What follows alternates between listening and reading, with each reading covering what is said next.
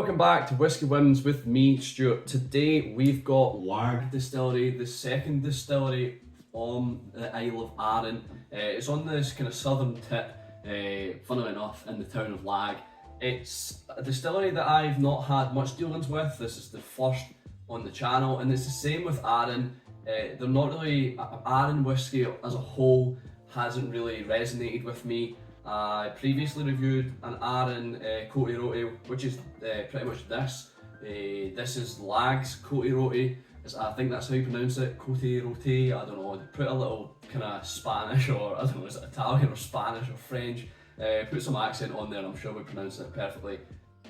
Anyway, it's not really resonated with me at Arran Distillery, but I decided to, whilst I was in Arran just at this weekend here, go into both distilleries and see what they had on offer, and one of them was this hand fill. I decided to go for the 20cl because I wasn't sure what I was going to make of it, so it was £30, and I believe the 70cl was, I think it was around £80 or something close to that. So this was bottled on the 1st of May 2025, it's 3 years old, 60.9% ABV, 50 ppm, and like I said, first fill, Côte Rôtie, or however you want to pronounce it. I didn't enjoy the Arran version of this. It wasn't like a hand fill or anything or a cask strength, it was just one of the core releases. But yeah, I've had this open since, what was that, did I get it the Friday? Did we visit it on the Friday? So I've had this open just over the weekend. Like, I've literally had it open for a couple of days, and as you can see, I've battered through it. It was lovely visiting the distillery, nice new distillery. They didn't let Jura in or dog. Same with Arran, they didn't let dogs in, so that's a little bit disappointing. Just even into the visitor centre, I think that makes a world of difference when you're travelling to places, because we go a lot of places with the dog. But anyway, this is about the review of the whisky, not the distillery. So we'll get down to it. We'll see if it's a whisky win or a whisky bin. We'll do the nose, the palate and the finish. Yeah, we'll get down to nose. So the nose, there's smoked cherries there. There's like a kind of old-fashioned cocktail scent or smell. It's a bit earthy with the peat, quite an earthy peat smell. There's creamy butter there as well. There's just alongside the old-fashioned, like a garnish, like a dehydrated or a dried orange, slice of orange, but then they've kind of flamed it or grilled it, whatever you want to say. Yeah, I'm getting that there. Quite specific, but I'm just thinking of an old-fashioned and the condiment that they serve with it, or the garnish, sorry, not the condiment, the garnish. And that's what this is reminding me of. There's definitely a bit of orange there. It's evident that it's peated. It was quite smoky, quite peaty. And you can also tell that it's 60.9% ABV. I've put water in this, let you into that, let you know. I was drinking this over the weekend without water, and fair enough, it was fine. But I've found that it's actually better with the water. There's a bit more kind of softer things coming through now that the water's been added, been introduced. The palate.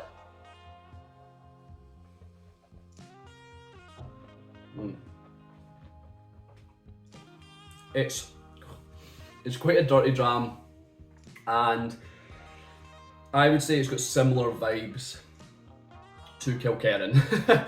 It's not Kilkerran, but it definitely has those similar kind of, I don't know, young, peaty, funky, dirty vibes to it, and whether that's the wine or the distillate itself giving it that kind of funky element, I'm not too sure. But there's like dried cranberries, there's possibly some malted candy or malted sweets, there's like fudge as well there. It's definitely a little bit nutty in the palate. There's pistachios specifically for the nutty element. There's definitely more peat, like there's a huge amount of peat in the mouth, and it's just hitting all the right it's hitting all the right places for me. It's the essence of this kind of, I don't want to say it's like Kilkerran because it is its own whiskey, but I think if you like Kilkerran, especially the Côte Rôtie element to it, and the young peated element to it, I think if you like Kilkerran, you're probably going to like this. It is a hand fill, it is a distillery exclusive, which is a little bit of a shame. I'll be interested to see if years down the line they come out with a kind of counterpart to their Arran release, maybe a more watered down version. But this is just, yeah, you can see you can see how much I've drunk out of it. The finish, it's long, it's drying. There's red grape skins there. There's like a lovely a lovely warming alcoholic presence that's just putting a smile on my face. It's just, yeah, it's just lovely. It's just like a it's like a warm cuddle from the whiskey. There's also this playful this is just going to sound so pretentious, but there's like a playful dance between the wine and the whiskey as it kind of dissipates at the end of your palate, at the end of the finish. These two tangling together just perfectly, I would say. When I had the Arran, I felt like the wine was a bit, I'm almost certain I felt the wine was a bit too much, but this just, I don't know if the more alcoholic presence of the whiskey, the higher ABV, the peat, something's just working and it's just hitting a chord with me. It's just striking a chord. So yeah, we'll get down to the review. I think you're going to know what it'll be, but I'm going to take one more sip of this before I conclude. Yeah, it's just peaty goodness. So if you're new here, how I rate my whiskies on 3 factors. Would I buy it again? Do I think it's worth it? And would I recommend it? So if we get 1 out of 3, it's a whiskey bin. If we get 2 out of 3, it's a whiskey win. So would I buy it again? Yes, and I went to buy it again, but these pesky islanders and their Sunday closures, to be fair, I think the distillery doesn't open up until Tuesday anyway. This is Monday, by the way, the day I'm recording this. So Sunday, yesterday, I went to go and buy another bottle of this, just because I've tanned this and I really enjoyed it. But yeah, you know, it didn't happen.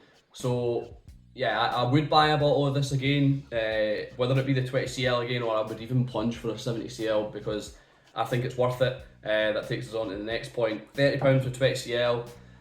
Yeah, I think that's fine. And like I said, I'm pretty sure the 70cl was only 80. It wasn't, I can't remember the price, recall the price specifically, but it wasn't over 100, I know that. And yeah, it's a bit pricey for a 3-year-old whiskey, but it's a lot of whiskey, 60.9% ABV, it's a lot of whiskey for your money. So yeah, I think it's worth it.